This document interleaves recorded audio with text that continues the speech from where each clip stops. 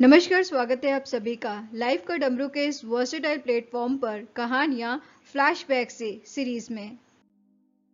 तो चलिए चलते हैं फ्लैशबैक में और पहुंचते हैं समय के उस अंतराल में जहां मुंशी प्रेमचंद जी ने एक स्त्री के स्वाभिमान, संघर्ष और त्याग की एक बेहतरीन शिक्षाप्रद कहानी को लिखा, जिसका नाम है सौंद। जब रजिया के 2-4 बच्चे होकर मर गए और उम्र ढल गई तो रामू का प्रेम उससे कुछ कम होने लगा और दूसरे ब्याह की धुन सवार हुई। आए दिन रजिया से झकझक होने लगी। रामू एक ना एक बहाना खोजकर रजिया पर बिगड़ता और उसे मारता और अंत में वह नई स्त्री ले ही आया। इसका नाम था दासी। चंपई रंग था, बड़ी बड़ी आंखें, जवानी की उम्र। पीली कृशांगी रजिया भला इस नवयौवना के सामने क्या जचती। फिर भी वह जाते हुए स्वामित्व को जितने दिन हो सके अपने अधिकार में रखना चाहती थी। गिरते हुए छप्पर को संभालने की चेष्टा कर रही थी। इस घर को उसने मर मर कर बनाया है, उसे सहज ही में नहीं छोड़ सकती। वह इतनी बेसमझ नहीं कि अपना घर छोड़कर चली जाए और दासी राज करे। एक दिन रजिया ने रामू से कहा, मेरे पास साड़ी नहीं है, जाकर ला दो। रामू उसके एक दिन पहले दासी के लिए अच्छी सी चुंदरी लाया था। रजिया की मांग सुनकर बोला, मेरे पास अभी रुपया नहीं है। रजिया को साड़ी की उतनी चाह न थी जितनी रामू और दासी के आनंद में विघ्न डालने की। बोली, रुपए नहीं थे तो कल अपनी चहेती के लिए चुंदरी क्यों लाए? चुंदरी के बदले उसी दाम में 2 साड़ियां लाते तो एक मेरे काम ना जाती। रामू ने स्वेच्छा भाव से कहा, मेरी इच्छा, जो चाहूंगा करूंगा, तू बोलने वाली कौन है? अभी उसके खाने खेलने के दिन है। तू चाहती है उसे अभी से नौन तेल की चिंता में डाल दूं? यह मुझसे ना होगा। तुझे ओढ़ने पहनने की साध है तो काम कर। भगवान ने क्या हाथ पैर नहीं दिए? पहले तो घड़ी रात उठकर काम धंधे में लग जाती थी, अब उसकी ढाह में पहर दिन तक पड़ी रहती है। तो रुपए क्या आकाश से गिरेंगे? मैं तेरे लिए अपनी जान थोड़े ही दे दूंगा। रजिया ने कहा, तो क्या मैं उसकी नौकरानी हूँ कि वह रानी की तरह पड़ी रहे और मैं घर का सारा काम करती रहूं? इतने दिनों छाती फाड़ कर काम किया, उसका यह फल मिला, तो अब मेरी बला से काम हो या ना हो। रामू, मैं जैसे रखूंगा वैसे ही तुझे रहना पड़ेगा। रजिया, मेरी इच्छा होगी रहूंगी, नहीं अलग हो जाऊंगी। रामू, जो तेरी इच्छा होकर मेरा गला छोड़। रजिया, अच्छी बात है, आज से तेरा गला छोड़ती हूँ, समझ लूंगी विधवा हो गई। रामू दिल में इतना तो समझता था कि यह गृहस्थी रजिया की जोड़ी हुई है। संभवतः कुछ देर के बाद वह जाकर रजिया को मना लेता, पर दासी भी कूटनीति में कुशल थी। उसने गर्म लोहे पर चोटें जमानी शुरू की। बोली, आज देवी जी किस बात पर बिगड़ रही थी? रामू ने उदास मन से कहा, तेरी चुंदरी के पीछे रजिया महाभारत मचाए हुए है। अब कहती है अलग रहूंगी। मैंने कह दिया, तेरी जो इच्छा हो कर। दासी ने आंखें मटका कर कहा, ये सब नखरे हैं कि आकर हाथ पांव जोड़े, मनावन करे और कुछ नहीं। तुम चुपचाप बैठे रहो, 2-4 दिन में आप ही गर्मी उतर जाएगी। तुम कुछ बोलना नहीं, नहीं उनका मिजाज और आसमान पर चढ़ जाएगा। रामू ने गंभीर भाव से कहा, दासी, तुम जानती नहीं हो वह कितनी जिद्दी है। वह मुंह से जो बात कहती है उसे कर कर छोड़ती है। रजिया को भी रामू से कोई आशा न थी। वह अब पहले किसी सुंदरी नहीं, इसलिए रामू को अब उससे प्रेम नहीं है। पुरुष चरित्र में यह कोई असाधारण बात न थी, लेकिन रामू उससे अलग रहेगा इसका उसे विश्वास न आता था। यह घर उसी ने पैसा पैसा जोड़कर बनवाया, गृहस्थी भी उसी की जोड़ी हुई है, अनाज का लेन देन उसी ने शुरू किया। इस घर में आकर उसने कौन कौन से कष्ट नहीं झेले। इसीलिए तो कि पौरुख थक जाने पर एक टुकड़ा चैन से खाएगी और पड़ी रहेगी, और आज वह इतनी निर्दयता से दूध की मक्खी की तरह निकाल कर फेंक दी गई। रामू ने इतना भी नहीं कहा, तू अलग नहीं रहने पाएगी, मैं या खुद मर जाऊंगा या तुझे मार डालूंगा, पर तुझे अलग न होने दूंगा। तुझसे मेरा ब्याह हुआ है, हंसी ठट्ठा नहीं है। तो जब रामू को उसकी परवाह नहीं, तो रामू की क्यों परवाह करें? क्या सभी स्त्रियों के पुरुष बैठे होते हैं? सभी के माँ बाप बेटे पोते होते हैं? आज उसके लड़के जीते होते तो मजाल थी कि यह नई स्त्री लाते और मेरी यह दुर्गति करते। इस निर्दयी को मेरे ऊपर इतनी भी दया नहीं आई। नारी हृदय की सारी परवशता इस अत्याचार से विद्रोह करने लगी। वही आग जो मोटी लकड़ी को स्पर्श भी नहीं कर सकती, फूल को जलाकर भस्म कर देती है। दूसरे दिन रजिया एक दूसरे गांव में चली गई। उसने अपने साथ कुछ ना लिया। जो साड़ी उसकी देह पर थी वही उसकी सारी संपत्ति थी। विधाता ने उसके बालकों को पहले ही छीन लिया था, आज घर भी छीन लिया। रामू उस समय दासी के साथ बैठा हुआ आमोद विनोद कर रहा था। रजिया को जाते देखकर शायद वह समझ न सका कि वह चली जा रही है। रजिया ने यही समझा। इस तरह चोरों की भांति वह जाना भी ना चाहती थी। वह दासी को, उसके पति को और सारे गांव को दिखा देना चाहती थी कि वह इस घर से धेले की भी चीज नहीं ले जा रही है। गांव वालों की दृष्टि में रामू का अपमान करना ही उसका लक्ष्य था। उसके चुपचाप चले जाने से तो कुछ भी ना होगा। रामू उल्टा सबसे कहेगा। रजिया घर की सारी संपदा उठा ले गई। उसने रामू को पुकार कर कहा, संभालो अपना घर, मैं जाती हूँ। तुम्हारे घर की कोई भी चीज अपने साथ नहीं ले जाती। रामू एक क्षण के लिए कर्तव्य भ्रष्ट हो गया। क्या कहे, उसकी समझ में न आया। उसे आशा न थी कि वह यूं जाएगी। उसने सोचा था जब वह घर ढोकर ले जाने लगेगी तब वह गांव वालों को दिखाकर उनकी सहानुभूति प्राप्त करेगा। अब क्या करे। दासी बोली, जाकर गांव में ढूंढेरा पीटाओ, यहाँ किसी का डर नहीं है। तुम अपने घर से ले ही क्या आई थी जो कुछ लेकर जाओगी। रजिया ने दासी के मुंह न लगकर रामू ही से कहा, सुनते हो अपनी चहेती की बातें, फिर भी मुंह नहीं खुलता। मैं तो जाती हूँ, लेकिन दस्सो रानी, तुम भी बहुत दिन राज न करोगी। ईश्वर के दरबार में अन्याय नहीं फलता, वह बड़े बड़े घमंडियों का घमंड चूर कर देते हैं। दसिया ठट्टा मार कर हंसी, पर रामू ने सिर झुका लिया। रजिया चली गई। रजिया जिस नए गांव में आई थी वह रामू के गांव से मिला ही हुआ था, इसलिए यहाँ के लोग उससे परिचित हैं। वह कैसी कुशल गृहिणी है, कैसी मेहनती, कैसी बात की सच्ची, यह यहाँ किसी से छिपा न था। रजिया को मजूरी मिलने में कोई बाधा न हुई। जो एक लेकर दो का काम करे, उसे काम की क्या कमी। 3 साल तक रजिया ने कैसे काटे, कैसे एक नई गृहस्थी बनाई, कैसे खेती शुरू की, इसका बयान करने बैठे तो पोथी हो जाए। संचय के जितने मंत्र हैं, जितने साधन हैं, वे रजिया को खूब मालूम थे। फिर अब उसे लाख हो गई थी और लाख में आदमी की शक्ति का पारावार नहीं रहता। गांव वाले उसका परिश्रम देखकर दांतों तले उंगली दबाते थे। वह रामू को दिखा देना चाहती थी कि मैं तुझसे अलग होकर भी आराम से रह सकती हूँ। वह अब पराधीन नारी नहीं है, अपनी कमाई खाती है। रजिया के पास बैलों की एक अच्छी जोड़ी है। रजिया उन्हें केवल खली भूसी देकर नहीं रह जाती, रोज 2-2 रोटियां भी खिलाती है, फिर उन्हें घंटों सहलाती है। कभी कभी उनके कंधों पर सिर रखकर रोती है और कहती है, अब बेटे हो तो तुम ही हो, पति हो तो तुम ही हो, मेरी लाज अब तुम्हारे हाथ है। दोनों बैल शायद रजिया की भाषा और भाव समझते हैं। वे मनुष्य नहीं हैं, बैल हैं। दोनों सिर नीचा करके रजिया का हाथ चाट कर उसे आश्वासन देते हैं। वे उसे देखते ही कितने प्रेम से उसकी ओर ताकने लगते हैं, कितने हर्ष से कंधे झुकाकर उस पर जुबा रखवाते हैं और कैसा जी तोड़ काम करते हैं। यह वे ही लोग समझ सकते हैं जिन्होंने बैलों की सेवा की है और इनके हृदय को अपनाया है।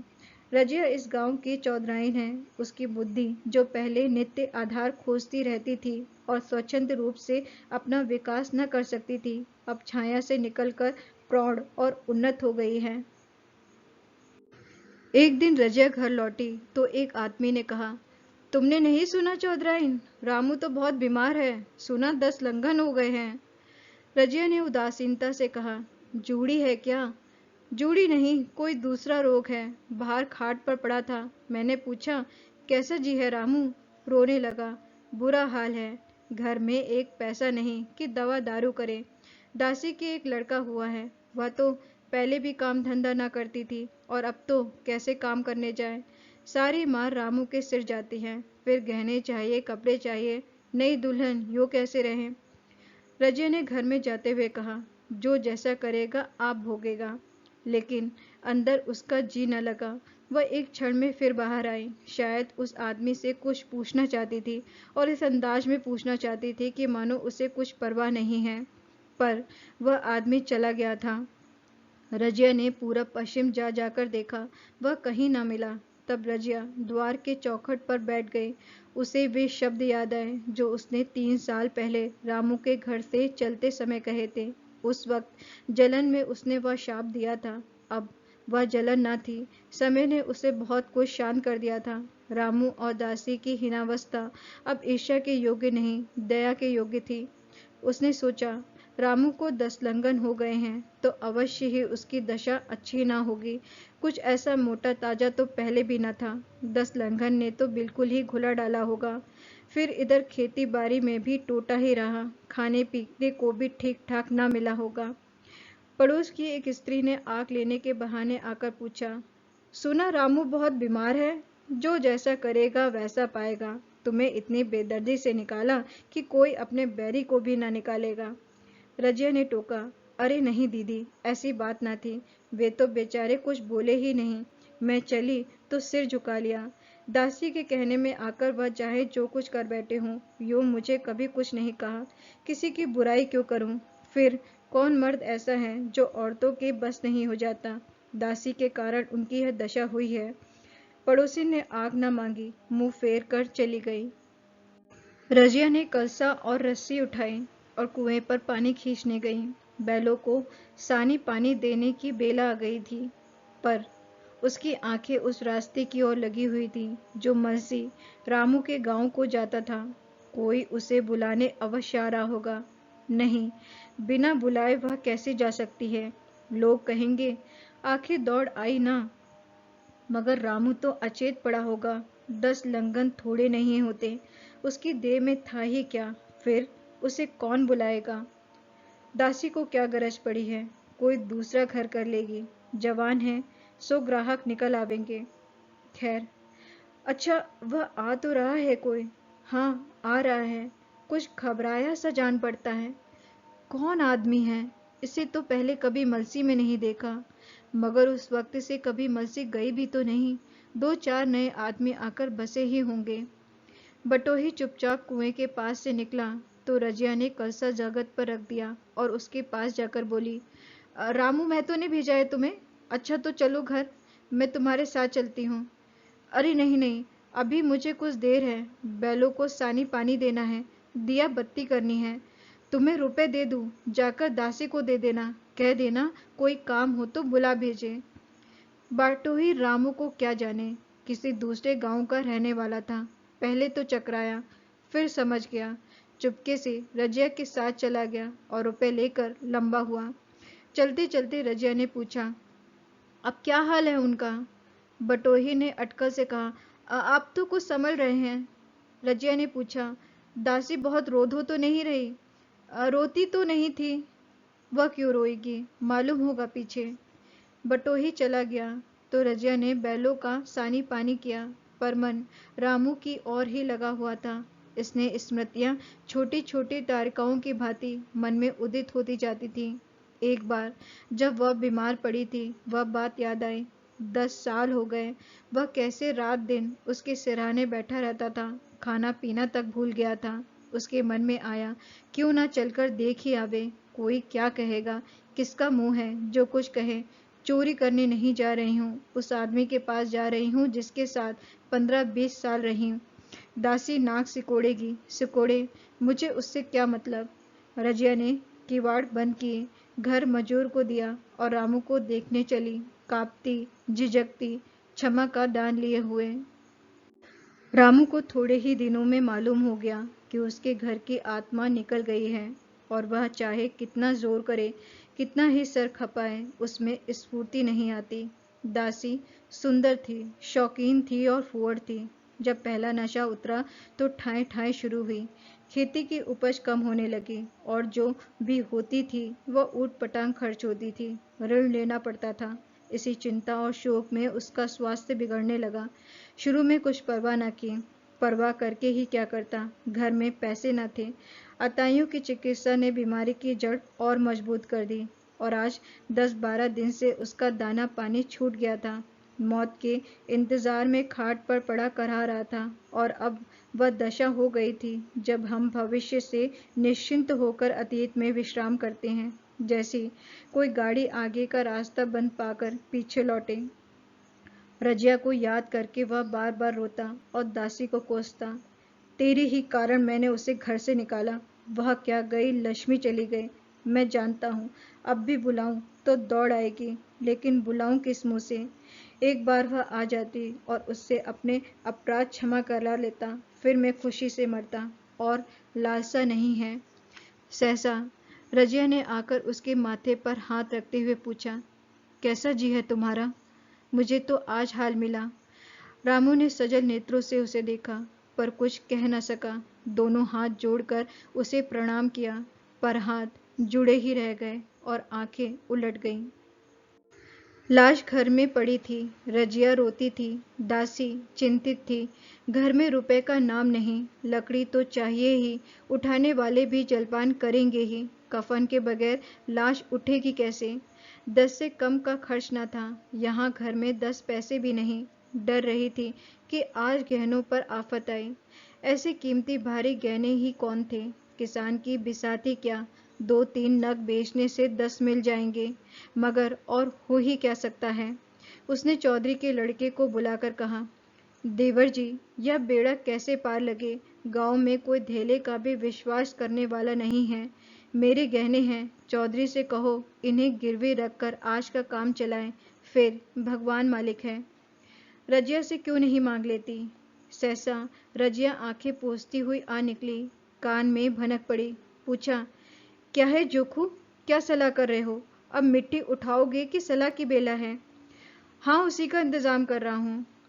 रजिया बोली, रुपए पैसे तो यहाँ होंगे नहीं, बीमारी में खर्च हो गए होंगे। इस बेचारी को तो उन्होंने बीच मझधार में लाकर छोड़ दिया। तुम लपक कर उस घर चले जाओ भैया, कौन दूर है। कुंजी लेते जाओ, मजूर से कहना भंडार से 50 रुपया निकाल दे, कहना ऊपर की पटरी पर रखे हैं। वह तो कुंजी लेकर उधर गया। इधर दासी रजिया के पैर पकड़कर रोने लगी। बहनाई के ये शब्द उसके हृदय में बैठ गए। उसने देखा रजिया में कितनी दया है, कितनी क्षमा है। रजिया ने उसे छाती से लगाकर कहा, क्यों रोती है बहन? वह चला गया है, मैं तो हूँ, किसी बात की चिंता न कर। इसी घर में हम और तुम दोनों उसके नाम पर बैठेंगी। मैं वहाँ भी देखूंगी, यहाँ भी देखूंगी। थाप भर की बात ही क्या। कोई तुमसे गहने पाते मांगे तो मत देना। दासी का जी होता था सिर पटक कर मर जाए। इसे उसने कितना जलाया, कितना रुलाया और घर से निकाल कर छोड़ा। रजिया ने पूछा, जिस जिसके रुपए हूँ सूरत करके मुझे बता देना, मैं झगड़ा नहीं रखना चाहती। और ये बच्चा इतना दुबला क्यों हो रहा है? दासी बोली, मेरे दूध होता ही नहीं। गाय जो तुम छोड़ गई थी वह मर गई, दूध नहीं पाता। हे राम राम, बेचारा मुरझा गया है। मैं कल ही गाय लाऊंगी, सभी गृहस्थी उठा लाऊंगी। वहाँ क्या रखा है? लाश धूम से उठी। रजिया उसके साथ गई, दाह कर्म किया, भोज हुआ। कोई 200 रुपए खर्च हो गए, किसी से मांगने न पड़े। दसिया के जौहर भी इस त्याग की आंच में निकल आए। विलासिनी सेवा की मूर्ति बन गई। आज रामू को मरे 7 साल हुए हैं। रजिया घर संभाले हुए है। दासी को वह सौत नहीं, बेटी समझती है। पहले उसे पहनाकर तब आप पहनती हैं, उसे खिलाकर आप खाती हैं। जोखू पढ़ने जाता है, उसकी सगाई की बातचीत पक्की हो गई है। इस जाति में बचपन में ही ब्याह हो जाता है। दासी ने कहा, बहन गहने बनवाकर क्या करोगी? मेरे गहने तो धरे ही हैं। रजिया ने कहा, अरे नहीं री, उसके लिए नए गहने बनवाऊंगी। अभी तो मेरा हाथ चलता है, जब थक जाऊं तो जो चाहे करना।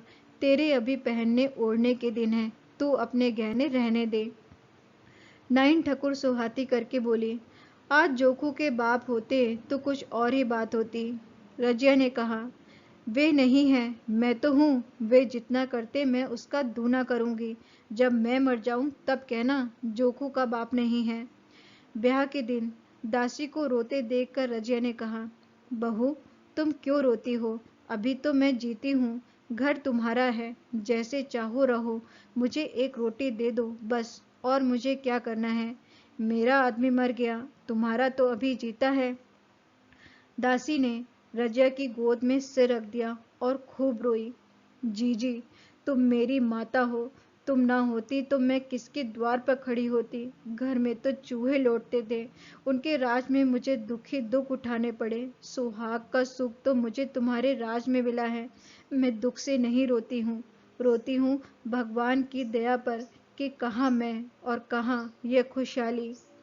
रजिया मुस्कुराकर रो दी। कहानी का संदेश। प्रेम और सम्मान किसी भी रिश्ते की नींव होते हैं। गलतियों को स्वीकार करने और क्षमा मांगने में कोई शर्म नहीं होती है। मुश्किलों का सामना करने पर भी हार नहीं माननी चाहिए। समय के साथ परिस्थितियां बदल सकती हैं और हमें दूसरों के प्रति दयालु होना चाहिए। स्त्री पुरुषों से कमजोर नहीं होती है। स्त्री भी अपने दम पर सफल जीवन जी सकती है। ये कहानी स्त्री शक्ति, क्षमा और दूसरा मौका देने के महत्व पर प्रकाश डालती है। तो ये थी कहानी सौत। कहानी अगर आपको अच्छी लगी है तो इस वीडियो को लाइक करिए, शेयर करिए, लाइव का डमरू के इस यूट्यूब चैनल को सब्सक्राइब करिए और साथ में बेल आइकन को प्रेस करना जरूर याद रखिए ताकि आने वाले वीडियोस के नोटिफिकेशन आपको टाइम पर मिलते रहें। इस वीडियो में इतना ही, फिर मिलते हैं एक नए वीडियो में एक नई कहानी के साथ। तब तक के लिए आप अपना ख्याल रखिए, अपनों का ख्याल रखिए, खुश रहिए, मुस्कुराते रहिए और जिंदगी में चाहे जो भी हो जाए हमेशा पॉजिटिव रहिए। शुक्रिया।